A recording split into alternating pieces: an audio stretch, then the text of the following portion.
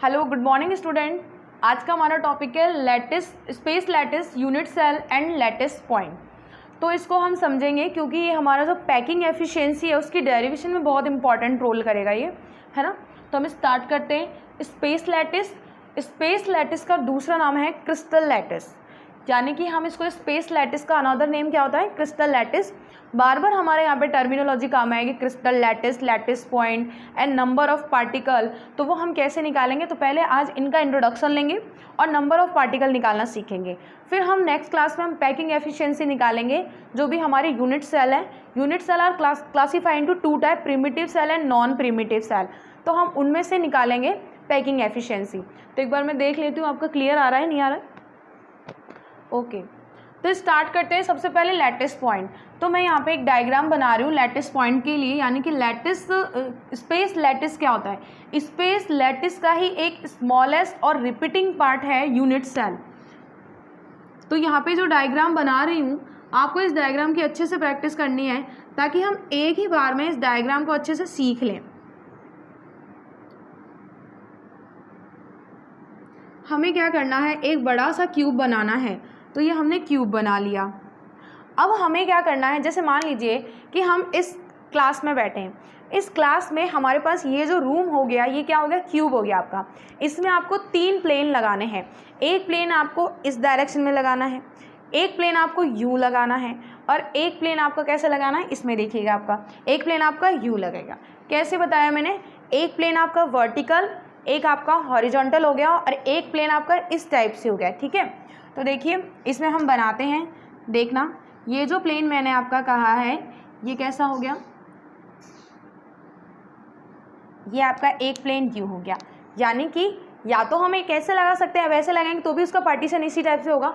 तो एक हम ऐसे लगाएंगे, एक ऐसे लगाएंगे, यानी कि प्लस में, और एक हॉरिजॉन्टल लगा देंगे। तो देखिए ये लगा दिया मैंने, ये वर्टिकल लगाया है, और इसको यहाँ से ऐसे मिला देंगे, और एक हम हॉरिजॉन्टल लगा लेंगे।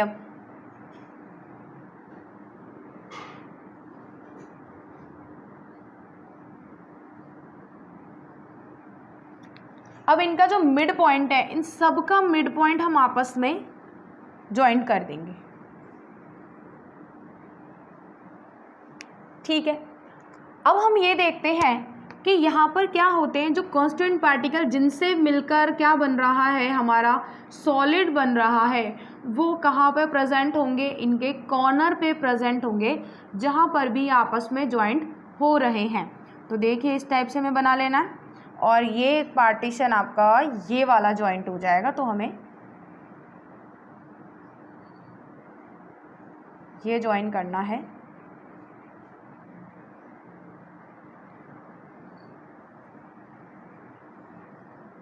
और कुछ इस टाइप से पार्टीशन होगा।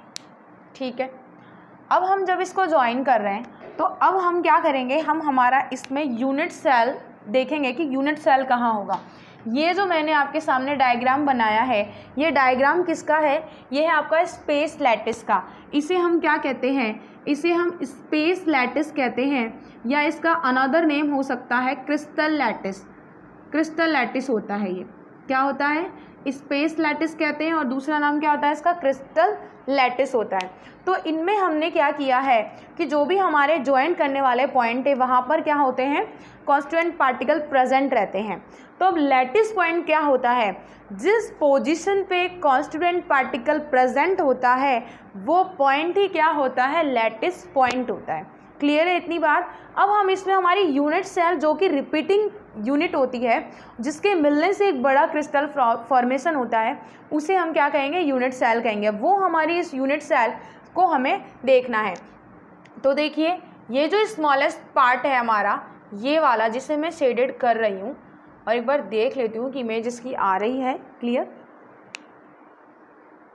हाँ, तो ये क्या होता है, ये वाला जो smallest but complete portion of crystal lattice, इसे हम क्या कहते हैं, यूनिट सेल कहते हैं।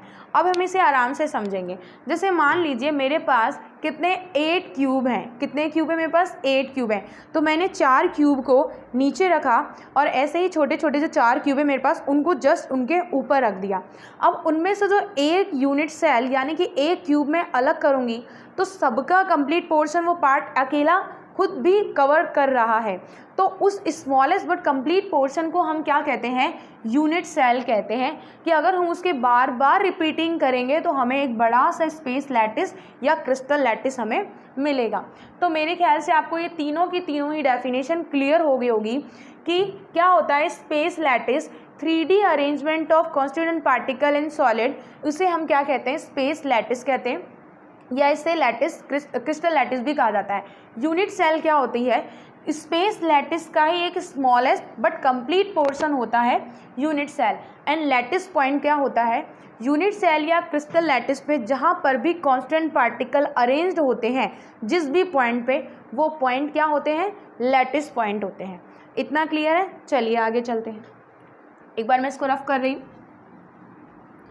अब हम यहाँ पे देखेंगे जो यूनिट सेल होता है, यूनिट सेल के कितने टाइप होते हैं। तो यूनिट सेल 2 टाइप के होते हैं, एक होता है प्रिमिटिव और एक होता है नॉन प्रिमिटिव। नॉन प्रिमिटिव वाले को हम सेंट्रल क्यूबिक भी कह देते हैं, यानी कि इसमें क्या होता है अभी पता लग जाएगा।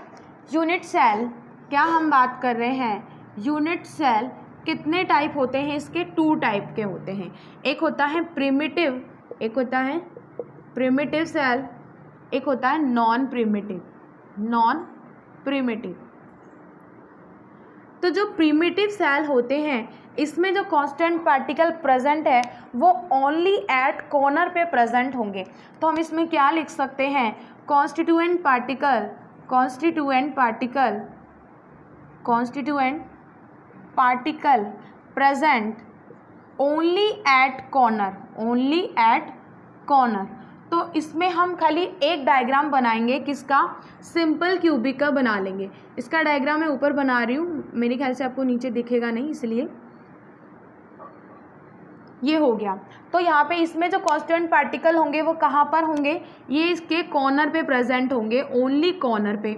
अब एक क्यूब के अंदर कॉर्नर कितने होते हैं ये भी साथ के साथ पढ़ते चलते हैं। एक क्यूब के अंदर कॉर्नर्स कितने होते हैं, 8 कॉर्नर, यानी कि 8 कॉर्नर्स होते हैं, 4 ऊपर और 4 नीचे। आपकी जितनी इमेजिनेशन पावर अच्छी होगी इस टॉपिक को समझने के लिए, ये मैं बोल रही हूँ कि 8 कॉर्नर हैं तो समझ में आना चाहिए 4 ऊपर 4 नीचे। नहीं है तो आप प्रैक्टिकल भी इसको अपने आसपास जहाँ पर भी आप हैं वहाँ पे देख सकते हैं, हाँ रूम ही होना चाहिए वो। अब नॉन प्रिमिटिव सेल कितने टाइप की होती है, पहले तो ये देख लेते हैं कि इसमें जो कांस्टेंट पार्टिकल होते हैं प्रेजेंट ओनली एट कॉर्नर, जबकि यहाँ पे क्या होता है, constant particle present corner as well as other side. तो हम इसके लिए लैंग्वेज लिख लेते हैं, constituent, constituent particle, particle present, present at corner, at corner as well as other side, other side. यानी कि क्या होगा, कॉर्नर पे तो प्रेजेंट होंगे ही होंगे, यानी कि 8 कॉर्नर पे तो प्रेजेंट है ही हैं, उसके साथ ही अदर साइड में भी प्रेजेंट होंगे। अब उनके बेस पे हम इनको कितने पार्ट में क्लासीफाई करेंगे, बेसिकली कितने टाइप के होते हैं, एक होता है FCC, एक होता है BCC और एक होता है ECC। इसे हम ENCC भी कह सकते हैं। तो यहाँ तक देख लेते हैं एक बार, आपको दिख रहा है नहीं दिख रहा है। अगर किसी को आपको स्क्रीनशॉट लेना हो तो आप एक बार ले सकते हैं, ताकि मैं एक बार इसको रफ करके फिर आपका जो FCC और BCC और ENCC का है वो आपका क्लियर करा दूँ। ठीक है, तो मैं इसको रफ कर रही हूँ एक बार, ये वाला पोर्शन।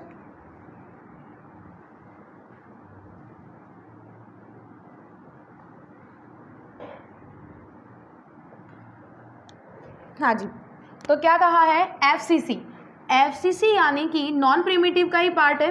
नॉन प्रिमिटिव में बताया है कि constant particle arrange, constant particle present at corner as well as other side. Other side यानी कि इसका नाम क्या होता है, फेस सेंटर्ड क्यूबिक। जैसे मान लीजिए ये क्यूब है तो ये क्यूब की जो ये वाली फेस है उसके बिल्कुल सेंटर में प्रेजेंट होगा। तो ऐसे ही क्यूब में टोटल फेस कितनी होती है बेटा, 6 होती है। तो 6 के सबके फेस के सेंटर में प्रेजेंट होगा। तो एक बार मैं डायग्राम बना रही हूँ, पहले कॉर्नर का तो बना ही लेती हूँ, उसके बाद जब फेस का बनाऊंगी तब थोड़ा ध्यान देना। ये बन गया। क्या होता है, कॉर्नर पे तो प्रेजेंट होते ही होते हैं, उसके साथ कहाँ प्रेजेंट होते हैं, उसके फेस के सेंटर पे। तो ये मान लीजिए ये इसका ये फेस है, इसका सेंटर क्या हो गया, ये हो गया। अगर इसकी ये वाली फेस है, इसका सेंटर क्या हो गया, ये हो गया। नीचे वाली फेस है, इसका सेंटर ये हो गया, इधर वाली का ये हो गया। 2D के हमें दिक्कत आती है कि अगर हम 2D के अंदर 3D डायग्राम बना रहे हैं तो उधर वाली साइड और ये वाली जो फ्रंट वाली साइड है इनमें दिक्कत आती है। तो मान लीजिए ये जो पीछे वाली साइड है उसका मिड पोर्शन ये हो गया और जो सामने वाला उसका मिड मैंने ये बना दिया है, ठीक है, इनके सेंटर में। तो ये कौन सा हो गया आपका FCC स्ट्रक्चर हो गई है, जिसमें कांस्टेंट पार्टिकल कॉर्नर पे प्रेजेंट है, साथ साथ ही फेस के सेंटर पे प्रेजेंट है।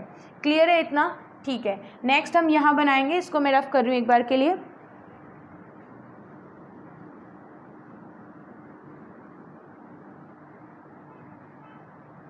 देखिए वापस से हमें क्या बना लेना है, क्यूब बनाना है।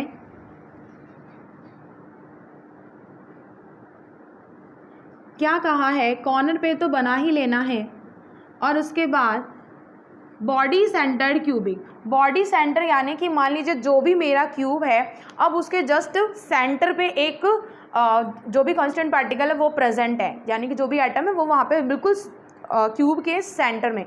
तो अब सपोज कीजिए कि अगर ये रूम है, इसका सेंटर मिड में है, इसका सेंटर मिड में है, तो यहाँ पर मैं इसका सेंटर यहाँ बना दूँ क्या, बिल्कुल बीचों बीच।